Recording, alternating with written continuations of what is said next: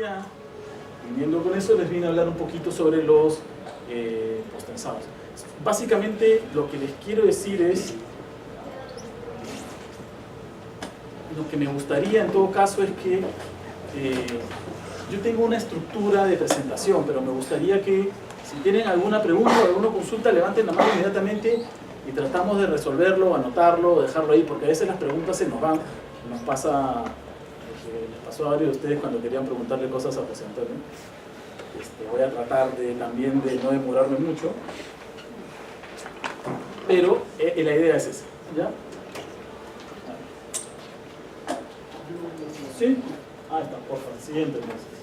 Entonces, como les decía, yo había hecho esto, un poquito de las losas postensadas, qué son, cuáles son los componentes del sistema, cuáles son algunas de las ventajas del postensado, es decir, por qué usar postensado, ¿no? Por qué usar losas postensadas, que es básicamente dentro del postensado el elemento que, digamos, con el que se entró al mercado y que finalmente, como les dije, ha tenido mucha acogida y hoy es casi un estándar ya que en edificios de oficina, o por lo menos en sótanos, hayan losas postensadas. Se considera mucho, antes, como les decía, no se consideraba. Las ventajas, es decir, por qué es que esto funciona. Luego otra cuestión que es si se hace la losa plano o se hace la losa con ábaco, que es una cosa que siempre se pregunta a la gente. Ya les voy a decir que es un ábaco. Y si se hace adherida o no adherida. Acá hay una parte bien simpática que habla justo de cosas que dice el ACI. Por favor, siguiente. Como les digo, bueno, no sé quién es el que está en menor ciclo. ¿Ya llevaron concreto todos? ¿Están llevando? Bueno, les hablaron del postensado, cómo funciona, qué es el postensado. ¿No es cierto? Es decir, un preesforzado finalmente es lo que dice su nombre, ¿no? Meterle un esfuerzo antes a un elemento para que, o sea, antes de que tenga las cargas para las cuales fue diseñado, o las cargas totales. Entonces, el preesfuerzo puede ser un pretensado o un postensado. La diferencia está en el momento en el cual yo genero la fuerza en el cable. En un pretensado genero la fuerza antes del vaciado, ¿cierto? Yo tenso el cable, hago el vaciado, luego lo suelto y el cable mismo va introduciendo el esfuerzo hacia el concreto, y el posttensado se hace después de que el concreto ya está vaciado. Para esto, obviamente, el cable, o sea, una losa posttensada, que es un elemento posttensado, es una losa que es vaciada in situ, ¿no es cierto?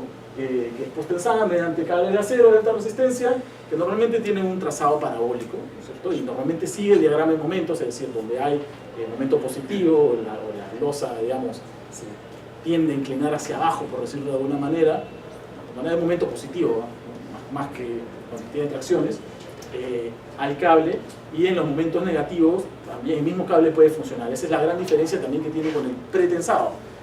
Con el mismo cable yo puedo agarrar un momento negativo, bueno, un positivo y un negativo, ¿no? En las losas posttensadas en general, más que en las vigas, los cables se tensan de forma independiente. O sea, cada cable se tensa por separado.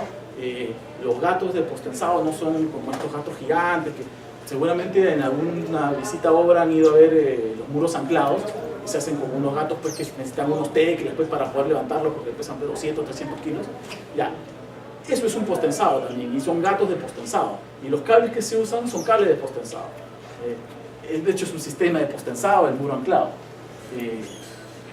Pero digamos, en losas posttensadas los elementos o digamos las herramientas para ejercer las presiones o las fuerzas son mucho más ligeros. Entonces cada cable se tensa independiente. De hecho, un gato normalmente pesa 20-25 kilos, es súper maniobrable, no tiene mayores complejidades, tiene una bomba que pesa más o menos parecido, pero digamos es así. Esta es una losa posttensada, ¿no? O sea, digamos, ¿cuál es ¿dónde hay una losa posttensada aquí? En el aulario. En el aulario, en los sótanos, los sótanos del aulario tienen losas posttensadas. Si se dan cuenta, son losas que no tienen vigas, ¿no? Digamos, se pueden hacer obviamente losas de concreto tradicional, también sin vigas, pero usualmente lo que se logra con el posttensado es hacer elementos delgados, y la idea de emplear las losas posttensadas es tratar de optimizarlo de la mayor forma y tratar de evitar las vigas. Las vigas siempre son en términos constructivos siempre son complicadas, ¿no? como yo les comenté, yo trabajé antes en una empresa de encofrados y no hay una solución de encofrado estándar de vigas. Hay soluciones de losas, hay soluciones de muros, tampoco hay de muro anclado. Eso es todas las soluciones de encofrado, de muro anclado son made in Perú, ¿no? A veces le ponen unos muertos de concreto, a veces de tierra, a veces le ponen un montón de puntales, a veces le ponen unas escuadras, ¿no? Pero no hay soluciones estándares para vigas, tampoco, por lo menos en encofrado. Hay algunas, pero no son tan fáciles. En cambio de losas hay un montón. Entonces, en términos, esa es otra losa postensada, ¿no? Si ustedes se dan cuenta, perdón por el anterior, aquí si ven hay varios tendones, o sea, acá se ve un poquito, es un tendón, dentro de este tendón hay varios cables y los cables se ven por acá, ¿no? Si ustedes se dan cuenta tiene como una manguerita acá. Este es un tendón de postensado que si se dan cuenta también en la foto es corrugado y es importante que sea corrugado y tiene varios cables dentro de esta losa. No tiene vigas y tiene solamente esta malla. La siguiente es otra losa postensada, pero ahora si se dan cuenta, cada cable está independiente. Tiene anclajes en cada cable. Esta es una losa no adherida. Ya luego les voy a explicar qué es no adherida o adherida, pero cada cable tiene, también está postensado. Es otro sistema postensado. Y este es otro sistema postensado. Esta es una losa que está lista para vaciar, son luces de 8×8. Este es todo el fierro que tiene, ese es todo el cable que tiene. Así se va a vaciar sin vigas, con cable básicamente. Y esta también es adherida. La diferencia entre el adherido y el adherido lo van a reconocer rápidamente por las mangueras que tienen. Como les digo, después les voy a explicar cuáles son los elementos con los que se hacen los postensados. El primero es cable. El cable es un cable de alta resistencia. La fluencia del cable está en los 18.600 kilos por centímetro cuadrado. Más de 4 veces lo que es el acero tradicional, que es de 4.200, ¿no es cierto? Es un acero de alta resistencia, pero la característica, que ha sido de desventaja, pero la característica es que no tiene fluencia, no tiene plataforma de fluencia. Entonces los cables de postensado se tratan de trabajar siempre dentro de un rango admisible y siempre en un diseño por cargas admisibles, nunca por cargas últimas. Dentro del diseño postensado, los que estuvieron atentos en su clase con el ingeniero Tassi, después si quieren lo revisan, pero el diseño de postensado se hace siempre bajo cargas admisibles y se hace una verificación por cargas últimas, y si por esas cargas últimas me falta refuerzo, le pongo refuerzo tradicional. Normalmente nunca intento llevar al cable a la fluencia, eso no se puede hacer. ¿Por qué? Porque no tiene fluencia, pues, es decir, no, si llega a su punto máximo, se corta. Siguiente, por favor. ¿No? Los cables pueden ser adheridos o no adheridos. Cuando es no adherido, viene engrasado y plastificado de fábrica. Acuérdense, no adherido, grasa. Y cuando es adherido, viene desnudo. Normalmente vienen en bobinas de 3 toneladas. Necesitan anclajes, ¿no es cierto? Básicamente, por ejemplo, acá tenemos el tendón que habíamos visto inicialmente, ¿no? Que viene dentro de un anclaje. Acá, por ejemplo, este tendón tiene 5 cables. Como les decía, cada cable se tensa independientemente, tiene una manguera, ¿no? Y, o puede ser de este tema, o de este tipo, que son los monocordón o monotorón, ¿no es cierto?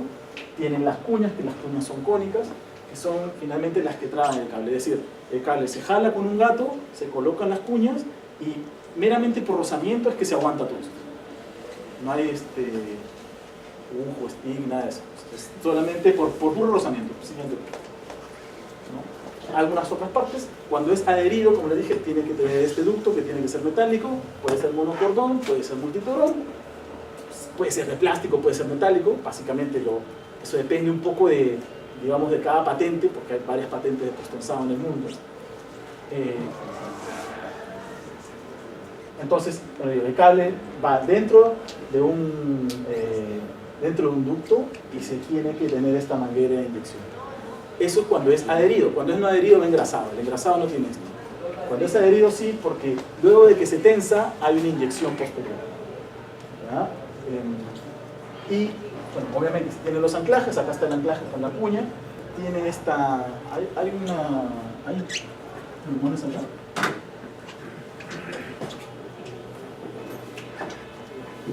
Este es el anclaje.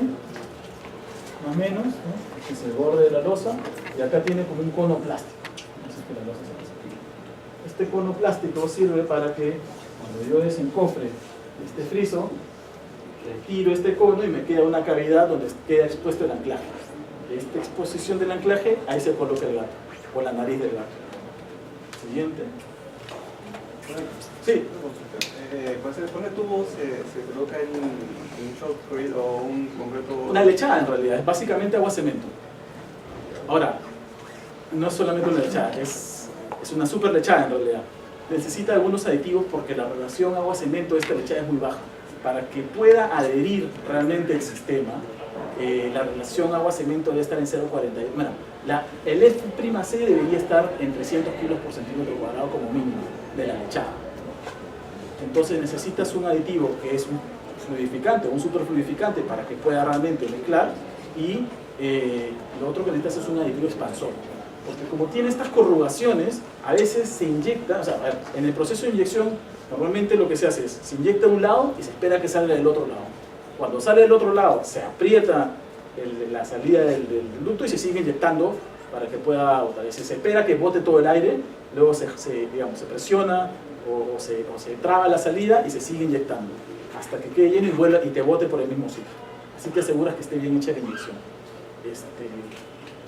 Pero como te digo, en ese proceso puede ser que en estas corrugaciones pequeñitas a veces te queda el concreto por aquí. Entonces necesitas un expansor que haga que llene todos estos espacios. Y es importante que sea corrugado, que se los he mencionado bastante, porque tiene que estar completamente adherido a la masa de concreto. Si esto fuese recto, y yo lo tensé, me está comprimiendo la losa, pero si fuese recto se podría mover y casi sería como el engrasado, o correría ese riesgo. Entonces la corrugación es importante en estas... no les mencioné, perdón, este tipo de anclaje. En realidad no es un anclaje, sino es el mismo cable que se chanca y tiene esta forma, le llamamos anclaje H o anclaje cebolla, por obvias razones. Y esto funciona como un bulbo en realidad. En realidad hay un anclaje desde donde tensas y otro anclaje desde donde no tensas. Y esto te puede funcionar tranquilamente como un anclaje desde donde no tensas, es decir, un anclaje pasivo, ¿no? Y el otro es el activo. Y, como les decía, parte del diseño del posttensado es la armadura pasiva. No puede ser que alguien a veces se diga, bueno, sí, tú diseñas el posttensado y yo diseño el fierro, aguanta. O sea, el diseño de una estructura posttensada es con la dos. No es posible separarlos, porque como les digo, hay una comprobación que se hace.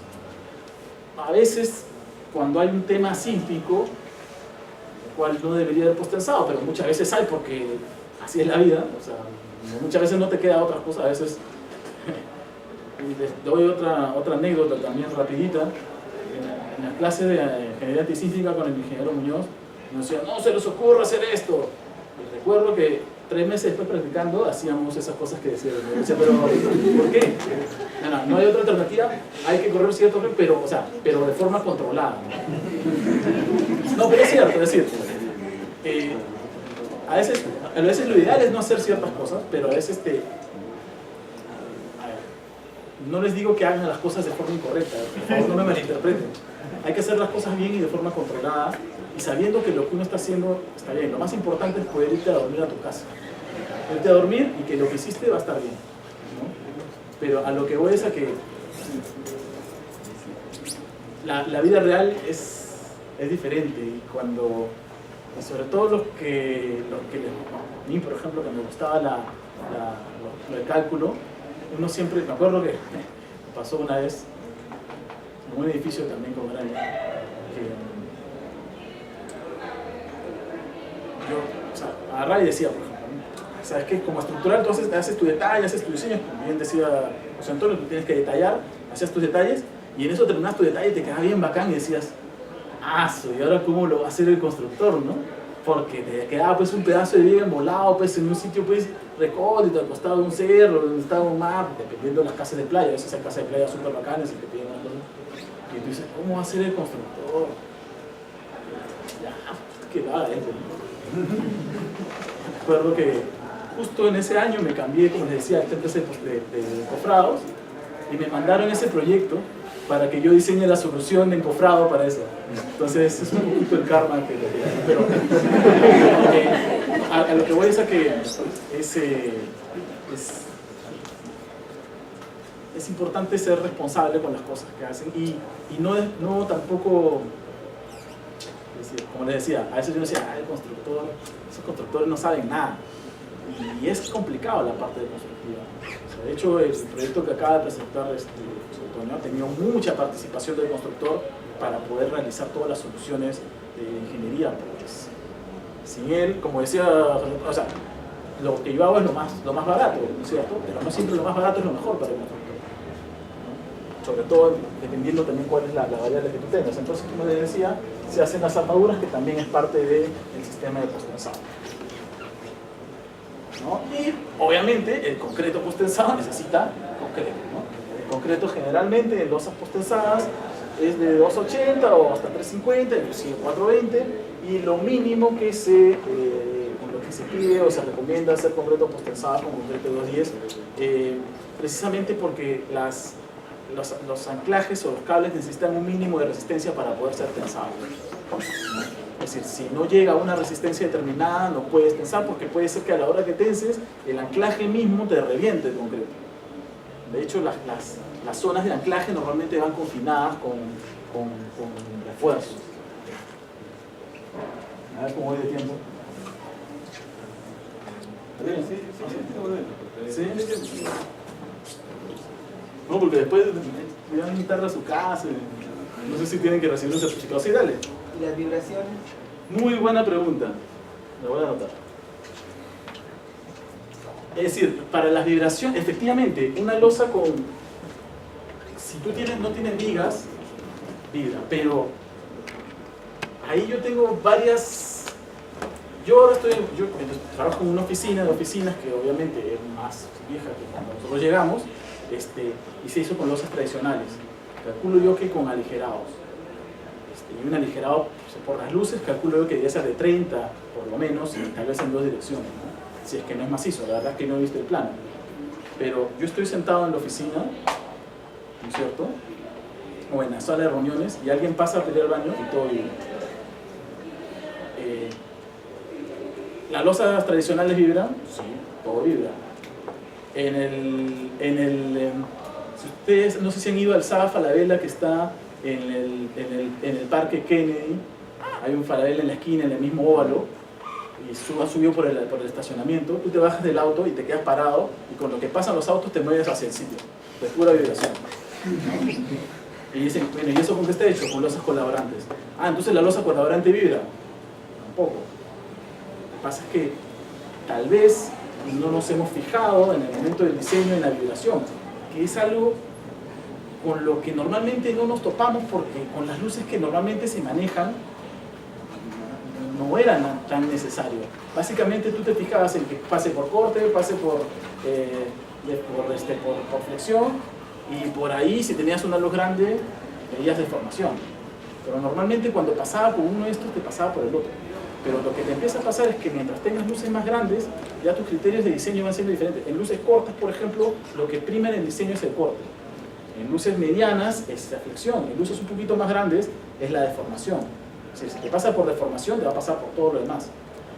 Y en luces, o no sé si luces, pero en elementos más esbeltos aún, ahí se empiezan a llamar la atención las deformaciones, las vibraciones, y las losas posttensadas sí que son importantes, porque como no tienen vigas y son elementos delgados, muchas veces para luces de 8 metros por 8 metros, donde normalmente tú tendrías pues vigas de, qué sé yo, 80 centímetros de peralte, ¿no es cierto? La luz entre 10, ponle 70, no tienes vigas, y en vez de una losa de 20 tienes losas de 16 centímetros, y unos capiteles, ¿sí?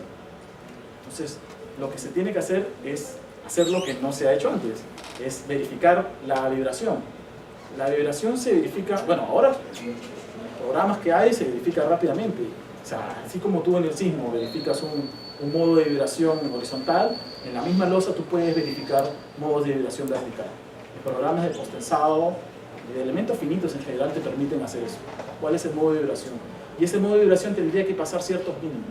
Es decir, no es que un elemento vibre o no vibre, sino que hay que chequearlo. Y cuando tú tienes elementos esbeltos, tienes que chequearlos aún más. Las losas posttensadas son elementos esbeltos y siempre deberían ser verificados, porque si no, podrías tener problemas. Pero, problemas entre comillas en realidad. La verdad es que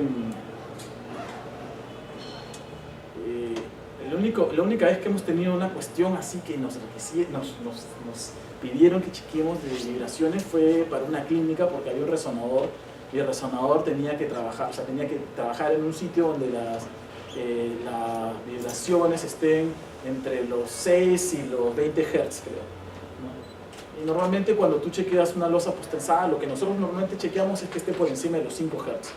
Normalmente cuando está por encima de los 5 Hz, la losa vibra, pero la percepción al humano es mínima, entonces se considera que está bien. No siempre está bien, hay casos especiales, como por ejemplo este caso del resonador.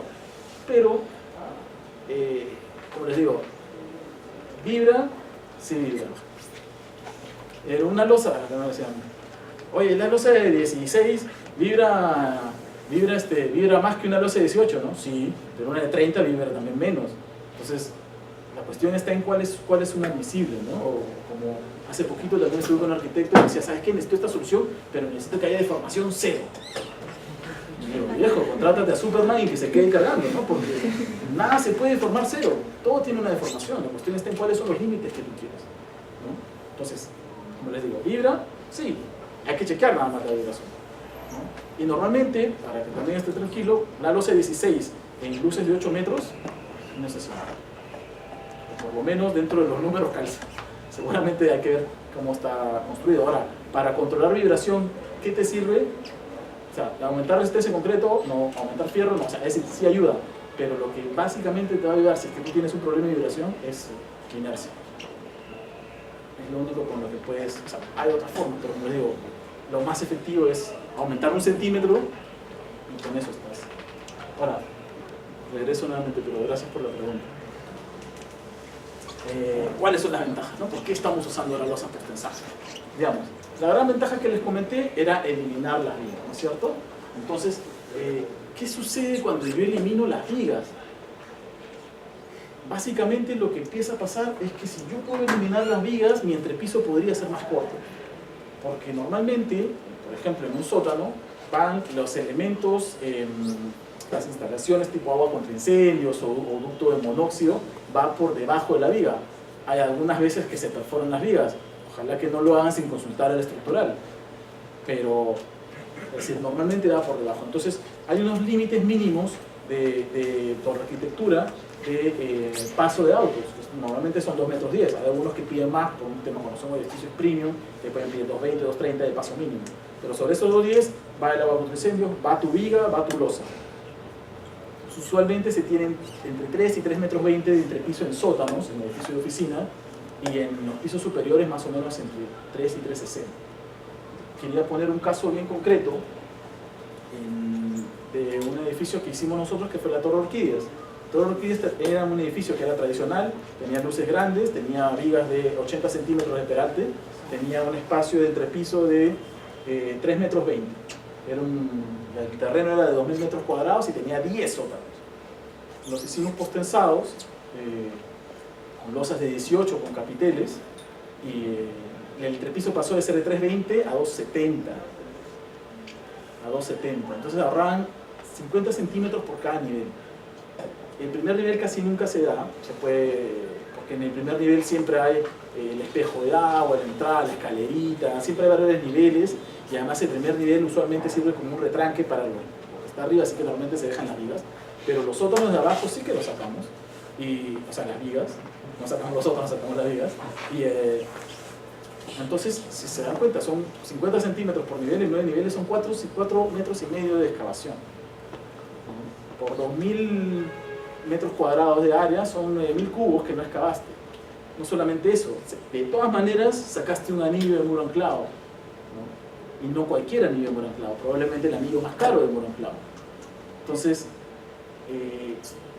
las losas posttensadas, y no solamente eso, sino que económicamente era más barato inclusive, porque en luces, mira, eso se lo voy a enseñar después, pero mientras las luces sean más grandes, el posttensado empieza a tomar más incidencia en el precio.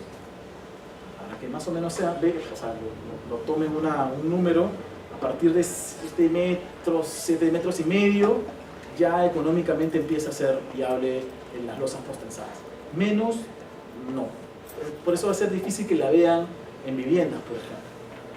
Es raro, o sea, hemos hecho viviendas, pero es raro. Usualmente va más en oficinas, que tienen luces grandes, necesitan espacios grandes, centros comerciales, estacionamientos, es ahí donde tenemos esto, ¿no? Entonces, como les decía, en los pisos inferiores puedes ahorrar excavación. Y excavación, como les digo, no solamente es plata, sino también es tiempo. Los que han estado o han tenido la oportunidad de practicar durante una excavación, se dan cuenta que la faja se malogra, que no sé, que se encuentran con cosas extrañas dentro de la tierra. Si han trabajado en el centro de Lima, una persona que me contó que se encontró una moneda de oro. Le dijeron, mira jefe, una moneda de oro, le cayó el Ministerio de Cultura y le cerraron la obra por un año, ¿no?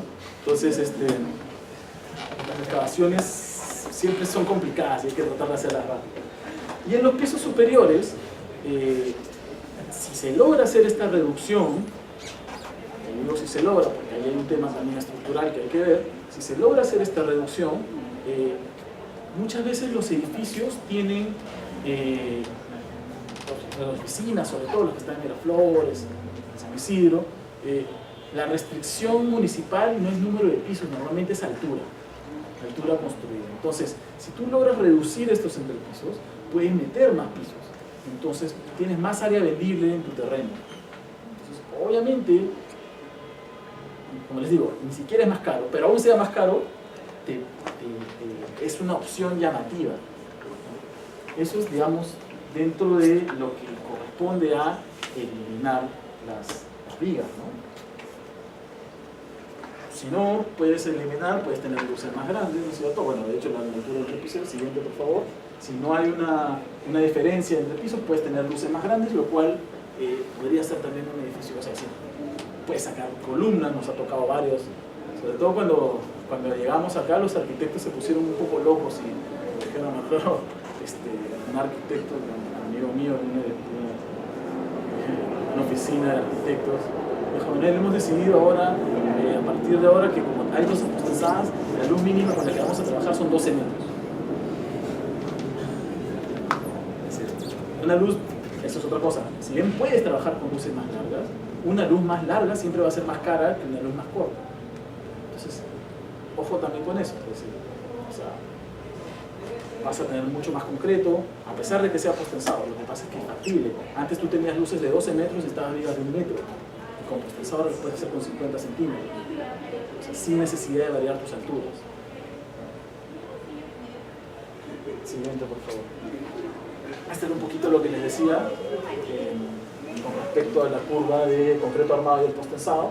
Bajo los 7 metros y medio más o menos, el postensado es más caro que el concreto tradicional, pero por encima el postensado es más barato. Pero como les digo, siempre una luz mayor implica un mayor precio también. Pero efectivamente, lo que les sigue diciendo, ¿no? En la medida que esto va creciendo, el gap se va haciendo cada vez mayor. En términos de diseño, como les digo, bueno, en el volumen de concreto, eso es una cuestión más económica que de diseño, ¿no? Es decir, si tienes una estructura que no tiene vigas y que tiene losas delgadas, es una estructura que puede ser más liviana y por lo tanto puedes reducir cargas para la cementación. Y no solamente eso, sino que si tienes una estructura más liviana, debería tener menos carga sísmica. Una estructura más ligera tiene menos sismo, el sismo es el mismo, digamos, la carga sísmica de estudio es menor, porque finalmente tú colocas una aceleración y mientras más masa tengas, más deformaciones o más fuerzas sísmicas tienes, pero eso también te ayuda a reducir o a controlar deformaciones. De hecho, alguna vez recuerdo, antes de pasar a eso les voy a comentar otra cosa.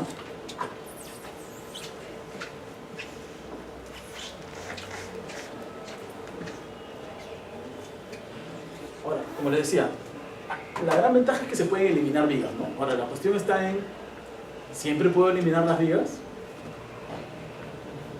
Las vigas también aportan rigidez, ¿no? Estructural, es decir, si yo tengo un edificio que es así,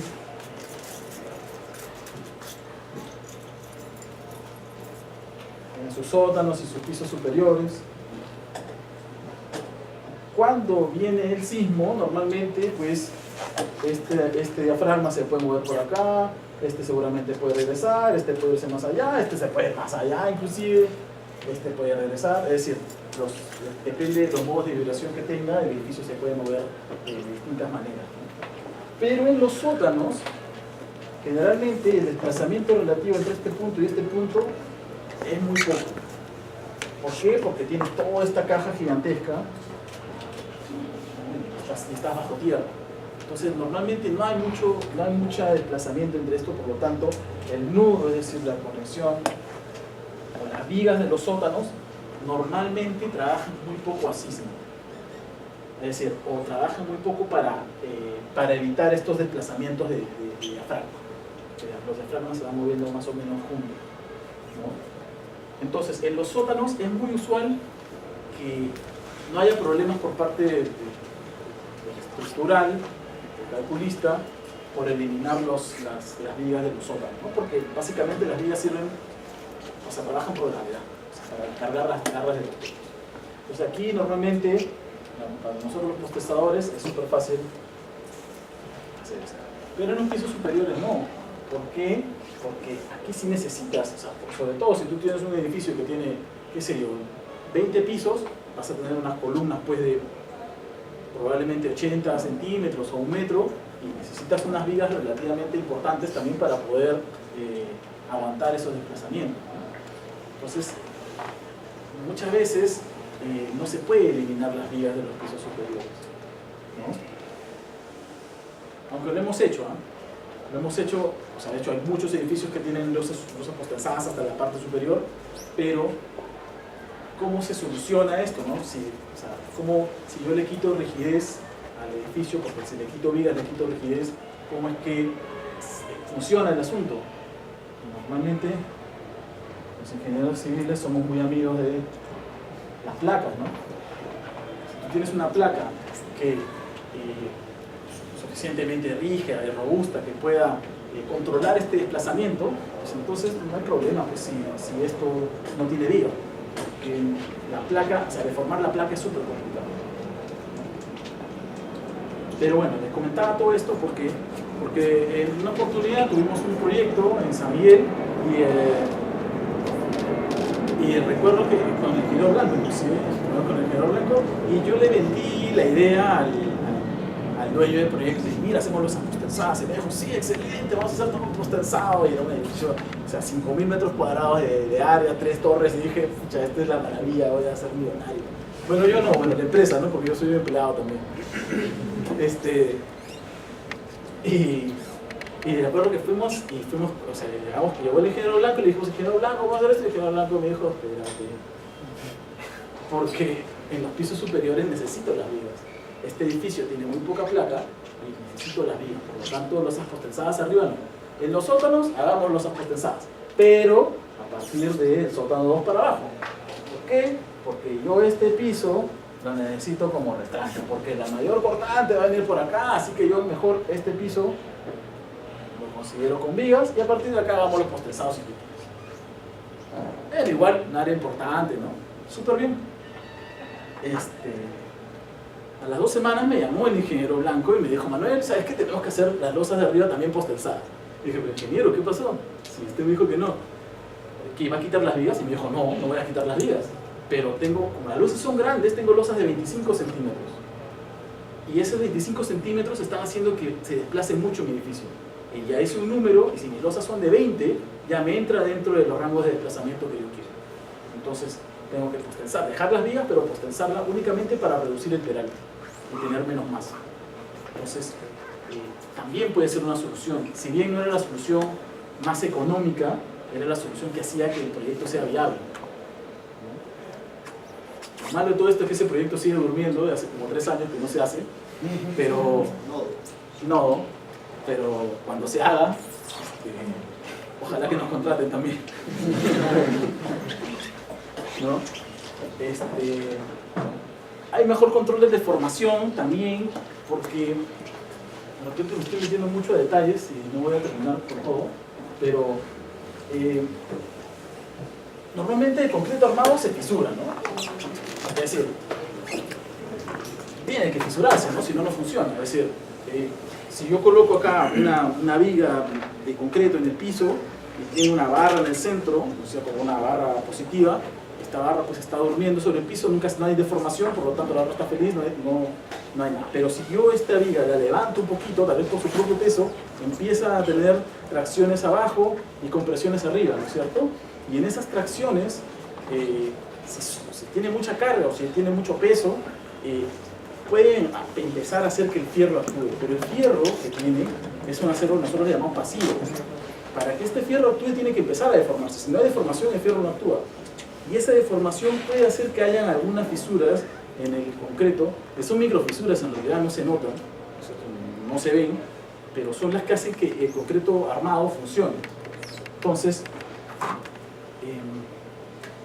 muchas veces, ¿cierto? Tengo esta viga con este fierro y aparecen estas fisuritas de acá, que en realidad, como les digo, no se ven, pero que están. La norma lo que te dice es que cuando tienes que calcular deformaciones, en vez de usar el I, ¿no es cierto?, la inercia, tienes que usar la inercia fisurada. Y esta inercia fisurada es una serie de fórmulas que te ponen ahora con momentos y todo lo demás, y en realidad termina diciéndote que, o sea, digamos, el concepto es que para calcular la deformación, en realidad toda la viga no está completa, porque tienes una parte que está ya fisurada. Entonces deberías tomar no toda la inercia completa, sino parte de la inercia. Ahora, como les digo, la norma, esto es una fórmula, ¿no?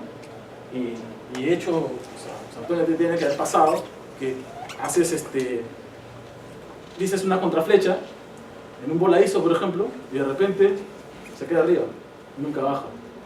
O haces una contraflecha pequeña y se te deforma mucho más.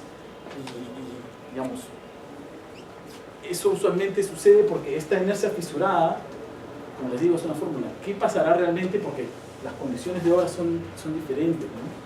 Cuando tú haces concreto postensado, usualmente tienes un cable, y este cable, es decir, por ejemplo, yo tengo arriba compresiones, abajo tracciones, ¿no es cierto? En la viga, en el elemento. Este elemento postensado genera una fuerza tal que hace una compresión, de modo que el elemento siempre está trabajando en compresión. Por lo menos eso es lo que se trata. A veces queda un poco en tracción y hay algunas partes que... Pero lo que se trata es que no esté fisurado. Hay algunas veces que sí, la norma te permite ciertas cosas, pero en general se trata de que no esté fisurado. Entonces, si no está fisurado, estas microfisuras no suceden, y esta inercia la puedes considerar completa. Entonces, las deformaciones son mucho más predecibles que en un concreto tradicional.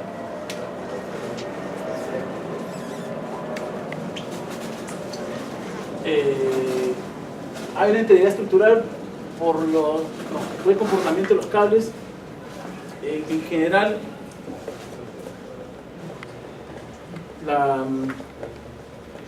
en mi poca experiencia, cuando me ha tocado viajar y ver obras en el extranjero, sobre todo en Chile, ellos no tienen losas aligeradas, ¿no? Salvo casos extraños, pero en general hacen todo losa maciza. Y cuando vienen acá y ven losas aligeradas, se espantan un poco, porque dicen, ¿eso cómo va a funcionar como diafragma? Bueno, nosotros confiamos en la viga, ¿no? Pero para que funcione como diafragma, efectivamente lo que se intenta, o la función de un diafragma finalmente es que todos los elementos tengan una deformación relativa congruente, ¿no? O sea, que no hayan columnas que se vayan para allá y columnas que se vayan para allá, en una misma plana, ¿no? En el caso de los cables postensados, toda la losa está concentrada y normalmente jala hacia el centro, y por eso es que está este párrafo por aquí. Uniones sencillas y eficientes, sí, como les los que han estado en obra, seguramente, sobre todo cuando tienen en planta, perdónenme que dibuje tanto,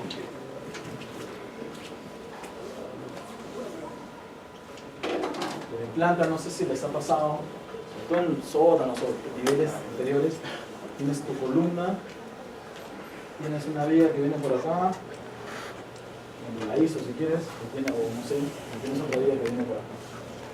Son elementos largos.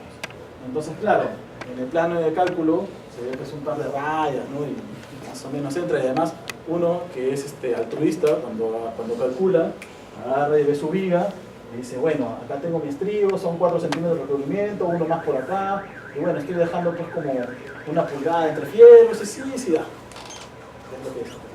Claro, pero aquí tú tienes el fierro de esta columna, y si es una columna de estas grandes, seguramente es un fierro pues de pulgada o pulgada 3/8, más el fierro de esta vía que viene por acá, más el fierro de esta vía que viene por acá, más los estribos que vienen por acá. Y termina siendo pues bien complicado, ¿no? Cuando tienes losas postensadas en general no te pasa eso porque las vigas no están. Hay sí un refuerzo que se hace en las columnas, pero es básicamente una malla, ¿no? Sobre todo cuando hay capiteles. Cuando es viga plana se hacen otro tipo de refuerzos que pueden ser complicados, pero no es más complicado que esto. Siguiente. ¿Me fui o no? Sí, ¿no? Ya, voy a terminar con las ventajas, ¿no? Pero otro día invítenme y... ¿Ya? Las constructivas, obviamente, si no hay vigas, es menos mano de obra, ¿no? Otra cosa que pasa es que uno hace el cálculo también para el momento del tensado. Y en el momento del tensado calculas que obviamente no hay cargas, que el concreto tiene un F'C que no es el de 28 días, pero además lo que se trata de hacer es que en ese momento pueda cargar su peso propio. ¿Por qué? Porque así tú tensas, y una vez que tú tensas, como carga su peso propio, puedes liberar el encofrado. No tienes que esperar a que llegue a un momento mayor. Entonces, puedes tener menos, o sea, una rotación de encofrado mucho mayor, menos encofrado en obra, y eso también es importante, ¿no? O sea, constructivamente, es decir, lo que les decía, no solamente es una ayuda la que te da las losas postensadas, sino tiene un montón de cosas en las cuales te puede ayudar. Te puede ayudar a disminuir plazos de producción, obviamente hay menos armadura, por lo tanto necesitas menos gente, ¿no es cierto? Puede ser una construcción más rápida, obviamente, si no tienes de más fácil colocación, sin vigas, es decir, el fierrero, o sea, si el fierrero solamente tiene que poner malla de losa y no tiene que hacer estribo de viga, está feliz, ¿no? Es de fácil colocación, hay una buena ahorro de materiales, el concreto de las vigas es súper importante también. Realmente no tiene muchos requerimientos de mantención, no es ese concreto en general, tiene pues bueno, buena firmeza y durabilidad. Acá hay una losa postensada, en este caso era una luz simplemente apoyada, así que necesitaba algo un poquito más de peralte, pero en general son luces, como les digo, grandes sin necesidad de tener vigas, ¿no? Son losas planas, ¿no? Y otra cuestión, por ejemplo, es la que no les había hablado, es el tema de las bandejas, por ejemplo, de instalaciones, que normalmente tienen que sortear las vigas, o las de aire acondicionado y en los pisos superiores. Es mucho más rápido. Siguiente. Bueno, esto ya se los había dicho también, ¿no? O sea, al final, obviamente, puede ser muy bonito, puede ser muy bacán, pero no te representa plata, ¿no? Entonces normalmente, y este número obviamente varió estos porcentajes, ¿no? Pero en principio hay una buena reducción del fierro, ¿no es cierto? Hay una reducción también importante del concreto, pero hay que añadirle el precio del postensado y eso debería estar debajo del precio normal y debería ser ganancias o tu ahorro, ¿no? Como les digo, va a depender un poco de la luz, de las circunstancias, etcétera, etcétera. Y eso significa menos materiales, significa menos huella de carbono, menos transportes a obra, e inclusive puede intentar a una certificación LEED porque el cable postensado normalmente se hace con un 70% de material reciclado. Entonces, como les digo, hay una serie de ventajas. Y creo que ahí muere, ¿o no? Sí, ahí muere. Para que también puedan morir ustedes en casa. No sé si hasta ahí tienen alguna duda o consulta.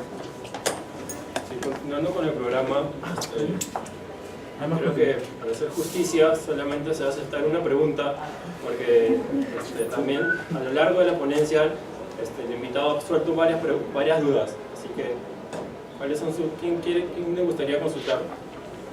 Si me preguntaron, bueno. Chicos, ¿tienen dudas, preguntas? Sí, dale. Cuando se instalan los muros cortina, mayormente los muros cortinas necesitan anclajes en el orden. En el borde. ¿Hay problemas? No, o sea, es decir, como todo en la construcción tiene que ser coordinado, ¿no? Normalmente es súper sencillo poder mover el anclaje de postensado.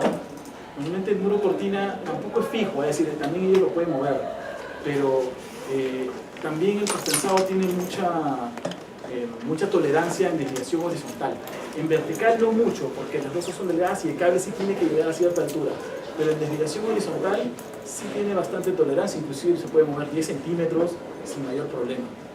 Entonces, si llegas a tener algún conflicto, se puede mover el cable horizontalmente, ¿no? Verticalmente sí que no. Verticalmente sí que no. Otra pregunta, chicos. Una consulta que tengan. Más bien, no sé si repitaron yo creo que querían hacer otra pregunta, no se podría responder. Chicos, ¿tenían preguntas referente a la anterior ponencia? ¿Tienen dudas? Normal. Una pregunta. Justo en el modelo que mostraste en la parte del escenario, mostraste un modelamiento con el tema del empuje de la tierra. Sí. Que lo considerabas, pero ya que no tenemos ese empuje de la tierra del otro lado, solamente aplica de un solo lado, ¿se considera algún tema sísmico también de ese empuje de la tierra para que tenga en cuenta la estructura que tiene? No, sí, claro, digamos, en los sótanos uno puede ignorar la fuerza sísmica si es que es un sótano que está totalmente cerrado, ¿no? Porque digamos está contenido dentro de la tierra. Si uno tiene un lado abierto, sí tienes que considerar un empuje horizontal y además la eventualidad de que también hay una fuerza sísmica, ¿no? O sea, sí se debe considerar. En este caso, se tenían dos muros laterales grandes que eran los que tomaban ese empuje y además también se veían acciones sísmicas, ¿no? Porque el edificio no estaba restringido desde ese lado, tenía una junta. Con respecto a la losa que estaba en las butacas que tenían orificios donde salía el contenedor de aire acondicionado, ¿cómo fue el refuerzo en esa sección? O sea, se tomó en cuenta que debía tener una separación, el acero longitudinal que separase ese diámetro y de ahí se vio como que un recubrimiento alejado de ese diámetro o la losa, ¿cómo se mueve? O sea, para las aberturas. Claro, o sea, pero que las aberturas estaban alineadas, ¿no? Entonces, o sea, se armó y sí se consideraron esos refuerzos, se dibujaron en planta, o sea, siempre había un fierro al costado de esas aberturas, pues habrán sido de 20 centímetros más o menos, ¿no? Entonces siempre habían como cuadrículas de refuerzo bordeando esas aberturas que estaban alineadas y además otros fierros adicionales longitudinales, ¿no? Pero sí hubo una coordinación así bien fina con los constructores para poder reforzar esa losa porque tenía pues miles de aberturas, ¿no? Una por butaca. Claro, se veía, o sea, se tuvo que ver el diseño bajo, un perfil con los orificios.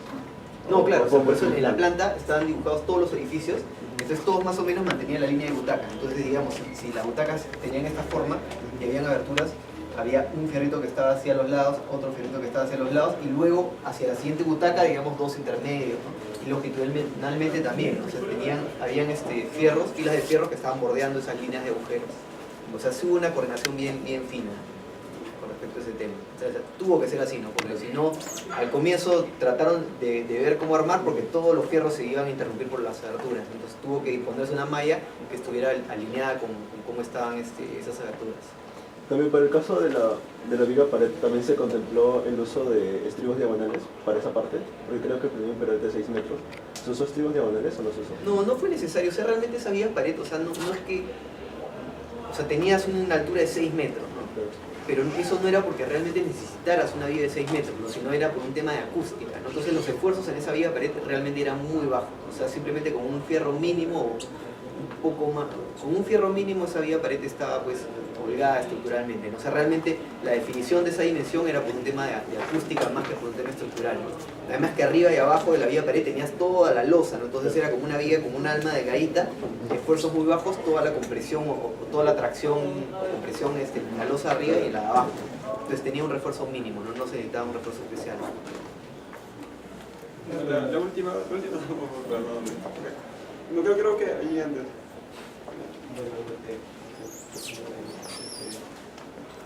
Por lo menos he visto dentro de los acabados, dentro del teatro, por lo menos de mucha cantidad de vidrio. No sé si dentro de la fachada exterior. También, por ejemplo, he visto, creo que en la foto que usted ha mostrado, en las escaleras no me las usó. Me pregunto si usted existe, por lo menos, se ha diseñado un control o qué tipo de materiales es que están haciendo, por ejemplo, para las vibraciones en caso de sismos.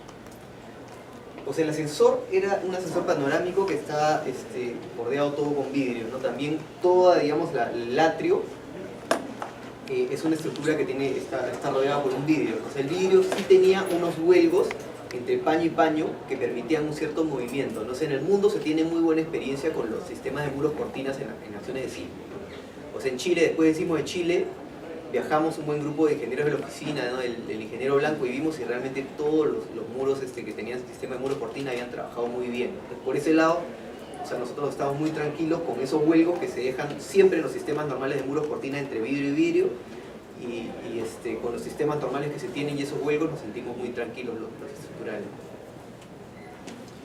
Bueno chicos, creo que José nos vas a cambiar luego para que si los chicos tengan otras dudas se puedan hacer afuera compartiendo el coffee break.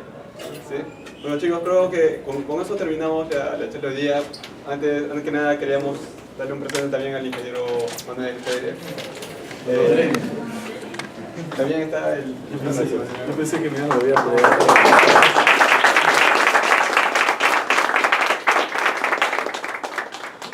También tienen pino, ¿no? Mejor realiza, no vaya a ser que... Está bonito, está bonito. Muchas gracias, muchas gracias. Ingenieros, muy buenos ingenieros, el ingeniero Manuel Freire, el ingeniero José Antonio Terry, por esta magnífica disertación. Y también a su querida madre que hoy nos acompaña, muchas gracias.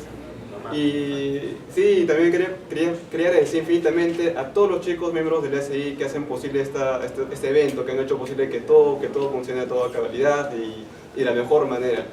También quiero agradecer a cada uno de ustedes por estar aquí presente y por acompañarnos esta noche. Chicos, en verdad, les agradezco infinitamente y quiero que todos con mucha fuerza, por favor, den un fuerte aplauso.